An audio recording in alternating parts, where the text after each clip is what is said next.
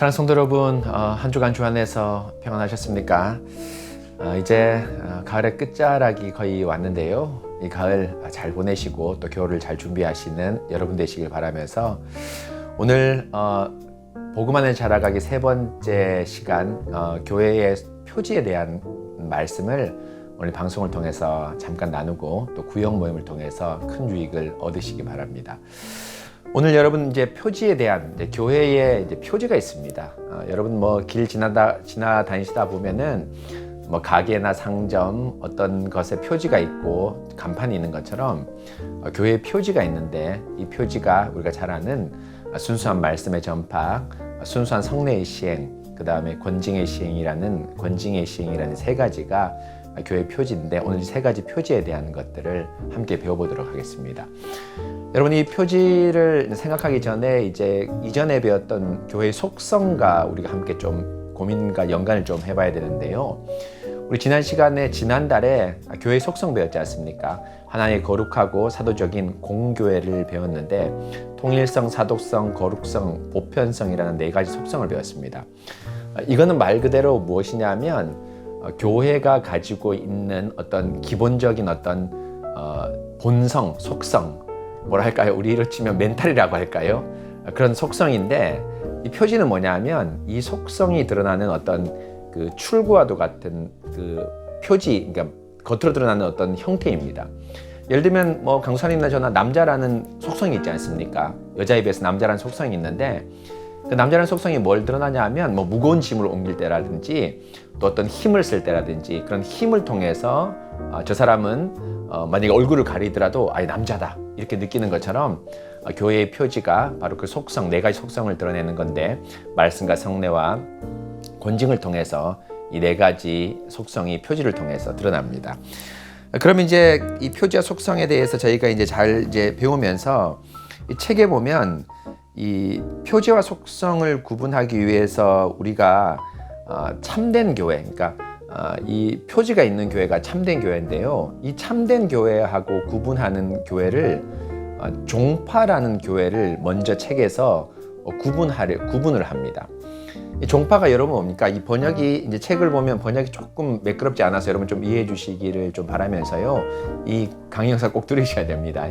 이 종파라는 게 뭐냐면 분파고 쉽게 말하면 이단에 가까운 분파를 이 책에서 이 번역에서 종파로 번역하고 있습니다. 분파로도 이 번역이 나오는데요. 이 종파입니다. 이 종파는 여러분 뭐냐면 이 참된 세 가지의 교회의 표지를 가지고 있지 않습니다. 우리는 여러분 뭐냐면 가장 중요시 여기는 게 누굽니까? 장재철 목사나 또 누구의 장로나 어떤 이런 교회 유력자가 아니라 주의 말씀을 가장 중요시 여기고 성례와 권징 또 기도를 가장 중요시 여기지 않습니까?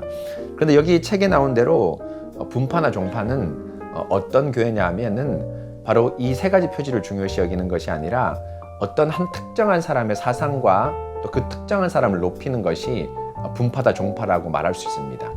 뭐 이단은 말할 것도 없죠. 이만이나 뭐 JMS 같은 그 이단은 신천지는 말할 것도 없고 어떤 건전하다고 말하는데 어떤 특정 교회에서 가만히 보면 어떤 목사님이나 어떤 한 지도자가 교회 상당히 높은 위치를 차지하는 그런 경우가 있습니다.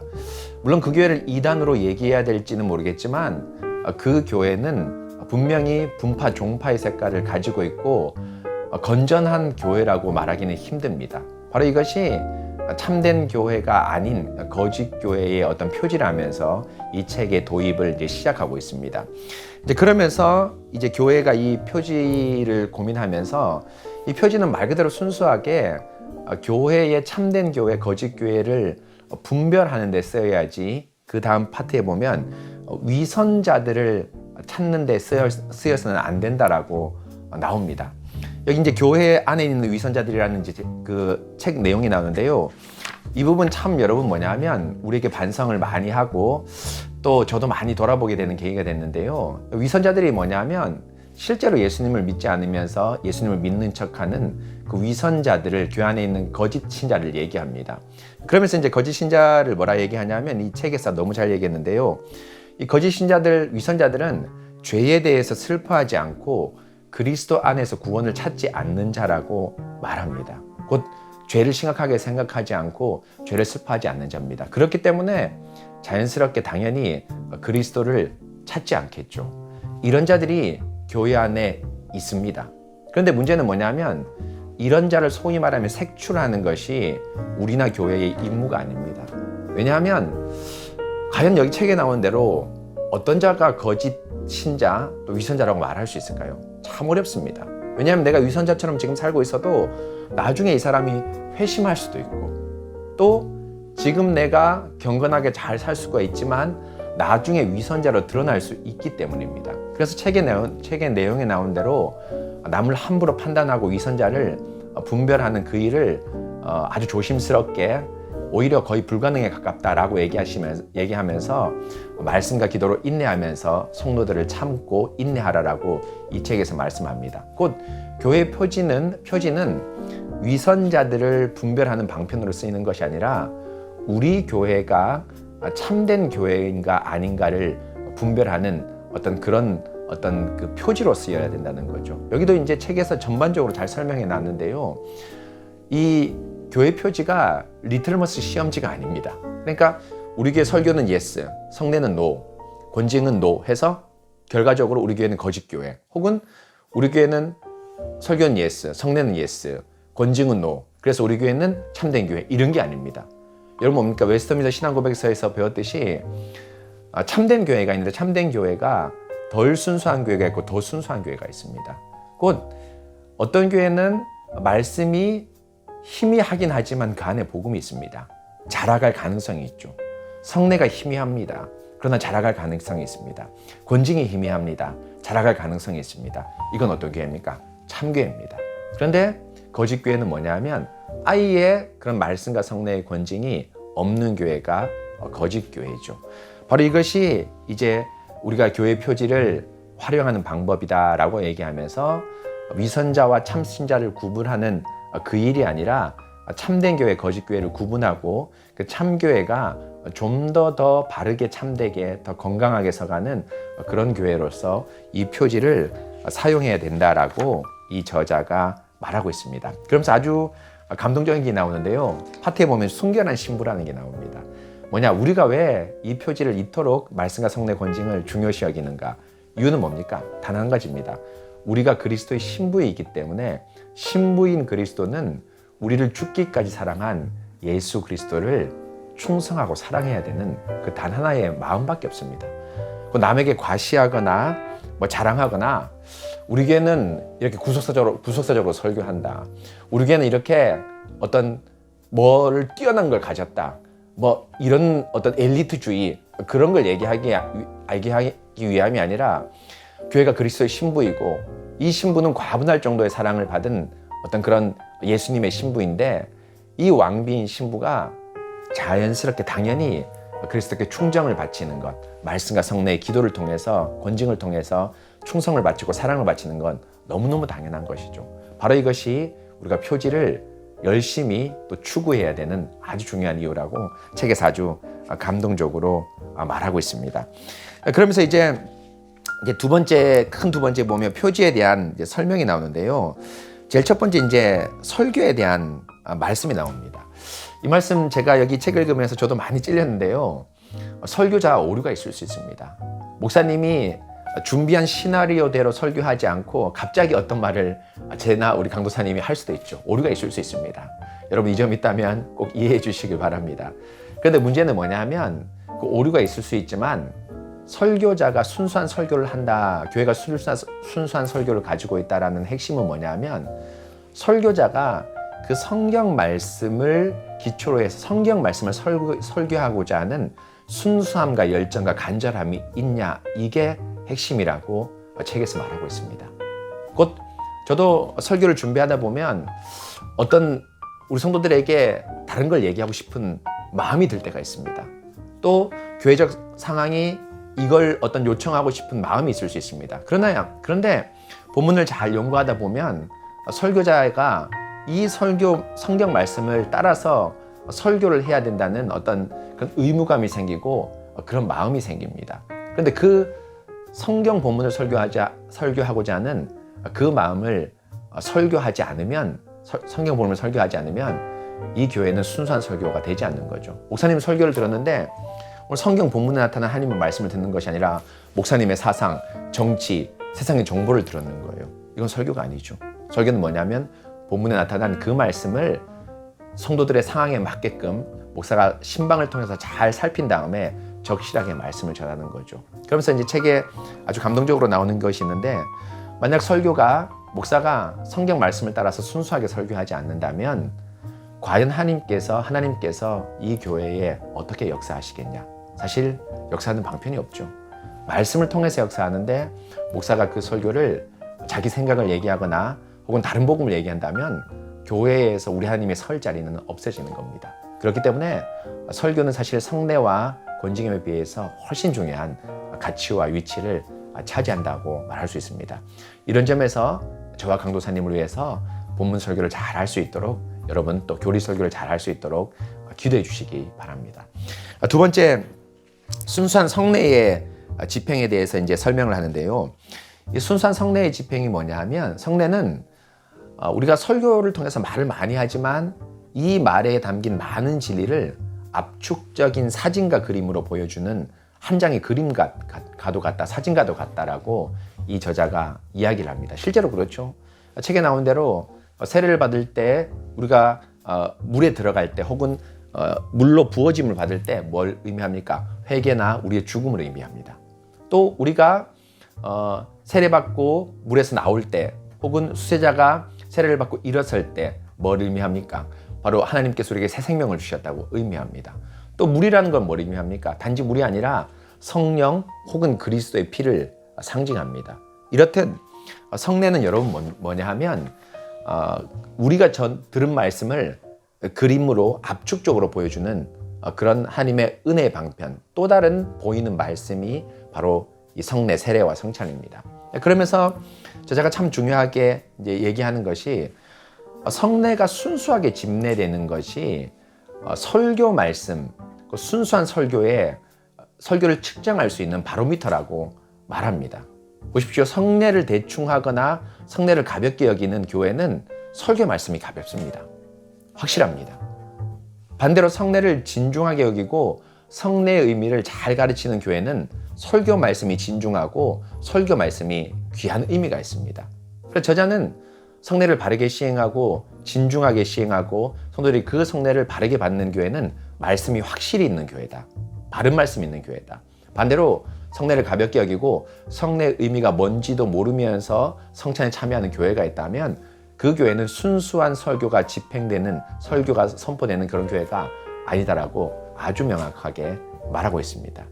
여러분 이 점도 잘 기억하셔서 우리 교회가 성례만이 아니라 성례와 설교가 밀착되어서 순수하게 전파되는 귀한 어떤 성례에 집행되는 그런 교회가 되도록 기도해 주시기 바랍니다. 또 세 번째, 여러분 이제 권징이 나오는데요. 이제 마지막 교회의 표지 세 번째 권징이 나오는데, 이 권징을 이 저자가 아주 명확하게 얘기했듯이 교회의 신실함, 곧 예수 그리스도를 따르는 교회의 충정과 사랑을 나타내는 그 신실함의 핵심적인 바로미터, 리틀머스 시험지라고 책에서 말하고 있습니다. 왜냐하면 여러분, 이 저자인 캐나다 교회도, 캐나다 다수교회도 그렇겠지만 우리 한국 교회 대부분이 권징을 시행하지 않습니다. 여러분도 그렇고 저도 그렇고 권징을 시행하는 교회 거의 보지 못했지 않습니까? 그런데 권징을 시행하지 않는 이유를 이 책 저자는 이제 뭐라고 얘기하냐 하면, 바로 내가 저 사람보다 더 나은 것이 없는데, 나 역시 죄인인데 내가 저 사람을 권징할 수 있나, 우리 교회가 권징할 수 있나, 또 직분자가 저 사람을 권징할 수 있냐라는 우리 마음에 좀 미안함, 불편함이 있기 때문에 권징이 잘 시행되지 않는다라고 책에서 말하고 있습니다. 그러면서 이 저자가 반플린 목사님이 권징을 꼭 시행해야 되는 것이 바로 뭐냐면, 우리가 그리스도를 따르는 충정된 신부인데, 사랑하는 신부인데, 그리스도를 사랑하는 신부인데 신랑이 하고자 하는 일을 우리가 하기 싫다라고 해서 하지 않으면 안 된다, 동참해야 된다라고 말하고 있습니다. 여러분 이건 꼭 맞죠? 여러분 저도 우리 성도들을 어떻게 권면하거나, 우리 교회에서는 아직 권징까지는 없었지만 권면하거나 여러 가지 훈계를 하고 지도를 할 때 참 제가 그 성도보다 과연 나은 것이 있는가? 권면할 만한 어떤 인격적 신앙적인 그런 훌륭한 어떤 걸 갖췄냐라고 생각될 때 갖추지 않았을 때 또 제 자신이 참 미안하고 부끄러운 마음이 들 때가 많습니다. 그러나 그럼에도 불구하고 그렇게 해야 되는 것은 주님의 명령이고 주님께서 그 권징과 권면을 하시길 원하기 때문에 목사인 저는 또 우리 교회는 함께 동참하게 되는 것이죠. 그래서 여러분, 이 권징이 여러분 뭐냐면 우리가 권징이 일어나지 않으면 참 좋겠지만 만약에 권징적 상황이 일어난다면 당회가 주도하지만 온 교회가 함께 동참해야 됩니다. 그래서 여러분, 이건 뭐 좀 극단적인 얘기인데요. 예를 하나 들면 출교를 당한 우리 성도분이 있지 않습니까? 예를 들면 있을 수도 있습니다. 그럼 출교를 당한 성도분은 여러분 뭡니까? 바울이 데살로니가서에 명한 대로 내가 지목하여 말한 자는 이 교훈을 따르지 않는 자는 사귀지도 말라 하였거니와 라는 말씀을 따라서 사석에서도 만나지 않아야 됩니다. 왜입니까? 그래야지 권징을 진중하게 여기고 우리 성도들이 말씀으로 너와 교제하고 있다는 것을 보여주기 때문입니다. 바로 여러분, 이렇게 권징은 그리스도를 따르는 충정된 교회의 핵심적인 리틀머스 시험지라고 말하고 있습니다. 이렇게 저자가 이렇게 얘기하는데요. 저는 사실은 이제 한국교회에서 권징이 잘 시행되지 않는 이유는 여러 가지 이유가 있겠지만 잘 배우지 못해서 그런 것이 있다라고 생각을 합니다. 저도 권징에 대해서 한 번도 배운 적이 없고 사실은 책을 통해서 배웠는데요.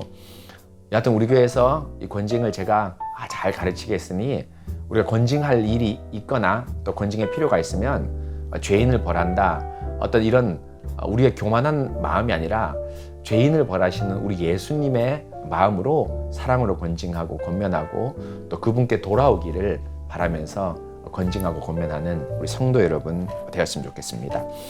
그리고 이제 마지막 큰 세 번째의 이제 교회의 표지의 적용에 대해서 말합니다. 이렇게 말씀, 성례, 권징이라는 세 가지 표지가 있는데 이 세 표지를 어떻게 적용할까라고 쭉 얘기를 합니다. 그러면서 이제 8가지 정도를 쭉 열거하는데요. 저는 이 뭐 여러분 다 보시면 유익하지만 몇 가지만 얘기를 하면 좋겠는 것이 아까 제가 제일 처음 얘기한 대로 이 교회의 표지는 교회의 어떤 그 것을 판단하는 교회 참교의 것을 판단하는 또와 뭐 그러니까 예스하고 노만 있는 그런 체크리스트가 아니라는 것을 꼭 명심하시기 바랍니다.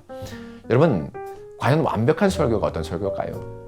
완벽한 권징, 완벽한 성례가 어떤 설교일까요? 사실은 없습니다. 이 땅의 어떤 교회도 완전하고 완벽한 교회가 없죠. 이 말은 뭡니까? 완전하고 완벽한 설교나 성례는 없습니다. 다만 어떤 성례가 있습니까? 그리스도를 따르고 그리스도께 충정하는 말씀과 설교가 있을 뿐이죠.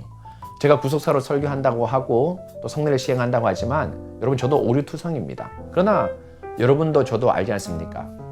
제가 그리스도를 향한 충정된 마음, 또 우리 새순교회가 그리스도를 향한 충정된 마음, 그것이 여러분 뭡니까? 표지가 우리가 표지를 사용해야 될 아주 중요한 이유입니다. 곧 목사는 참된 설교를 해야 되겠다. 성경 말씀에 있는 예수님을 설교해야 되겠다.